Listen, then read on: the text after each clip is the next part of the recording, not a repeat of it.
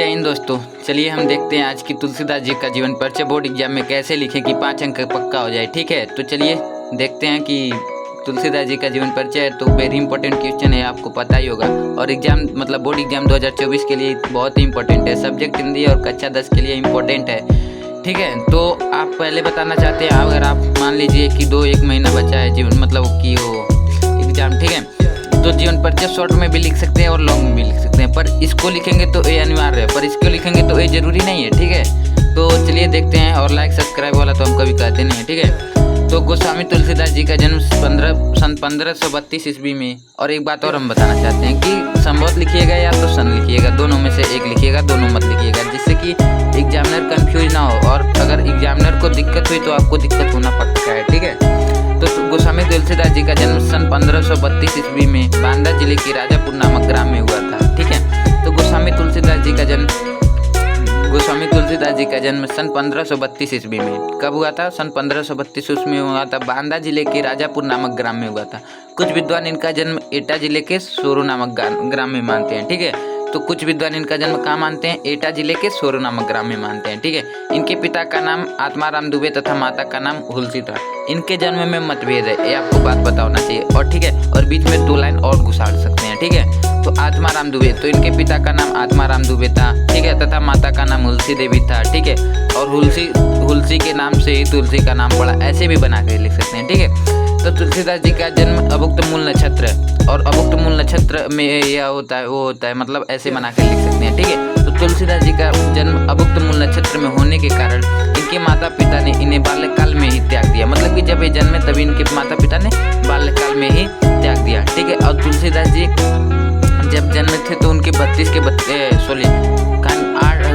दांत जामे थे। ठीक है, और ये जब जन्मे थे तो राम मतलब इनके मुख से निकला था। ठीक है, तो इनका नाम राम बोला भी पड़ा था शायद हमारे हिसाब से। ठीक है, तो इनके माता पिता ने इन्हें बाल्यकाल में ही त्याग दिया। इनको बचपन में अनेक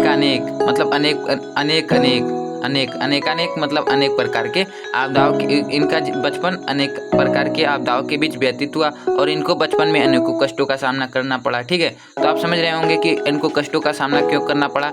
तो इनके माता पिता ने इन्हें बाल्यकाल में त्याग दिया, इसलिए इनको कष्टों का सामना करना पड़ा। ठीक है, तो सामना करना पड़ा। इनका पालन पोषण प्रसिद्ध संत नरहरिदास ने किया था। ठीक है, तो जब इनके माता पिता ने इन्हें बाल्यकाल में त्याग दिया था तो इनका पालन पोषण कौन किया? प्रसिद्ध संत नरहरिदास। इसको ब्लैक कर लीजिएगा। ठीक है आप लोग, और ये सब मतलब एक कॉमन वर्ड है, मतलब कि कॉमन वर्ड नहीं, कॉमन वर्ड तो गलत हो जाएगा। ठीक है, ये सब मतलब मुख्य वर्ड है जो कि एग्जामिनर यही सब देखता है। मान लीजिए ए देख लिया, इनके पिता का नाम, इनका मूल नक्षत्र मतलब किस नक्षत्र में पैदा हुए थे। ठीक है, और इनका जन्म मृत्यु, और क्या, बस शिक्षा देख लेगा। शिक्षा नहीं देखते हैं सब। ठीक है, बस वैसे नंबर दे देंगे। ठीक है, तो इनका पालन पोषण प्रसिद्ध संत नरहरिदास ने किया था और तुलसीदास जी को ज्ञान और भक्ति की शिक्षा दी। ठीक है, तो तुलसीदास जी को ज्ञान और भक्ति की शिक्षा दी थी। ठीक है, तुलसीदास जी वेद वेदांग इतिहास दर्शन पुराण आदि में निपुण हो गए। मतलब कि यह सब मतलब जैसे कि हमारे यहाँ होता है ना, किसी को हिंदी आता है तो किसी को हमारे पास जैसे टीचर होते विशेषज्ञ। ठीक है, तो ये मतलब कि जैसे साधु संत के पास रहने वाले बंदे थे, तो ये तुलसीदास जी को ज्ञान और भक्ति की शिक्षा दी। किसने दी? प्रसिद्ध संत नरहरिदास ने। ठीक है, एक लाइन ऐसे भी बढ़ा सकते हैं कि संत के पास रहने के कारण इन्हें ज्ञान और भक्ति की शिक्षा का ज़्यादा ज्ञान हुआ, इसलिए तुलसीदास जी को ज्ञान और भक्ति की शिक्षा मिला, या कुछ भी बना के लिख सकते हैं। ठीक है, बीच में कोई चेक नहीं करता है, और ये सब वर्ड इतना एग्जामिनर खाली नहीं है कि चेक करेगा। ठीक है, तुलसीदास जी वेद वेदांग दर्शन इतिहास पुराण आदि में निपुण हो गए थे। तुलसीदास जी का विवाह दीनबंधु की पाठक पुत्री रत्नावली से हुआ। तो तुलसीदास जी का विवाह किससे हुआ? तो दीनबंधु की पाठक पुत्री रत्नावली से हुआ। तो इनके पत्नी का क्या नाम था? रत्नावली था। ठीक है, तो इन्हें अपने पत्नी से अत्यधिक लगाव था या प्रेम था, जो भी कह सकते हैं आप कह सकते हैं। ठीक है, एक बार पत्नी द्वारा बिना कहे मायके चले जाने पर अर्धरात्रि में आंधी तूफान का सामना करते हुए ये अपने ससुराल जा पहुँचे। इसी मुसीबत में आने के कारण इनकी पत्नी ने इनकी भर्त्सना की, मतलब बोली फटकारी डांटी, जो भी समझ सकते हैं आप समझ लीजिए। ठीक है, अपनी पत्नी की फटकार से तुलसी को वैराग्य हो गया, मतलब कि तुलसीदास जी को वैराग्य हो गया। ठीक है, वैराग्य मतलब राग, जिसमें राग ना हो, मतलब जिसमें इच्छा ना हो। ठीक है, वैराग्य हो गया। अनेक तीर्थों का भ्रमण करते हुए ये राम के पवित्र चरित्र का गायन करने लगे। ठीक है, मतलब ये भी अनेक तीर्थ मतलब कि जो पावन धरती का भ्रमण करते हुए ये राम के पवित्र चरित्र का गायन करने लगे। ठीक है, तो कहाँ पर है गायन मतलब कि इनकी प्रशंसा या उनके बारे में लिखने लगे। ठीक है, अपनी अधिकांश रचनाएं काशी और अयोध्या में ही लिखी गई। ठीक है, तो इनकी अधिकांश रचनाएं कहाँ लिखी गई? काशी और अयोध्या में। ठीक है, तो काशी और अयोध्या में लिखी गई। ठीक है, इसके आगे हम देखते हैं काशी और अयोध्या में लिखी गई। काशी के 80 घाट पर सन 1623 मतलब संवत 1680 ईसा पूर्व में इनका मृत्यु हुआ।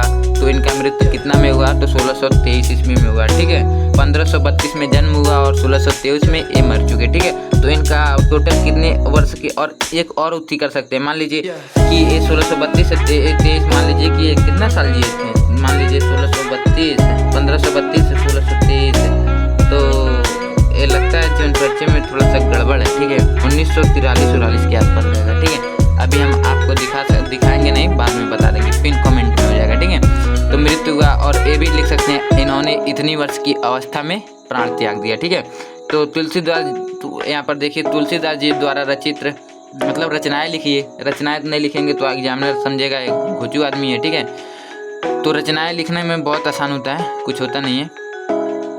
रचनाएं लिखने के लिए ऐसे हेडिंग डाल दीजिएगा। ठीक है, और ये लिखने का मन करेगा तो लिख दीजिएगा, नहीं तो नहीं लिखिएगा। ठीक है, तुलसीदास जी द्वारा रचित 12 ग्रंथ प्रमाणी माने जाते हैं, मतलब कि सरकार द्वारा मान्यता प्राप्त है। ठीक है, जिसमें रामचरितमानस प्रमुख है, मतलब कि सबसे उसमें से मुख्य कौन है? रामचरितमानस है। ठीक है, तो रामचरितमानस कवितावली, गीतावली, जानकी मंगल, पार्वती मंगल, कृष्ण गीतावली, पार्वती मंगल, दोहावली, विनय पत्रिका आदि। ठीक है, इसमें से 2 या 1 लिख देंगे तो भी मिल जाएगा, पर 6-7 लिख देंगे तो एग्जामिनर समझेगा कि हाँ बच्चे ने साल भर पढ़ाई की है। ठीक है, तो ठीक है, यहाँ पर हमको लगता है कि हो गया होगा। ठीक है, ठीक है, तुलसीदास जी का। और यहाँ पर किसी भी चीज़ में डाउट रहेगा तो कमेंट कर दीजिएगा। ठीक है, तो मिलते हैं नेक्स्ट वीडियो में नेक्स्ट टॉपिक के साथ। तब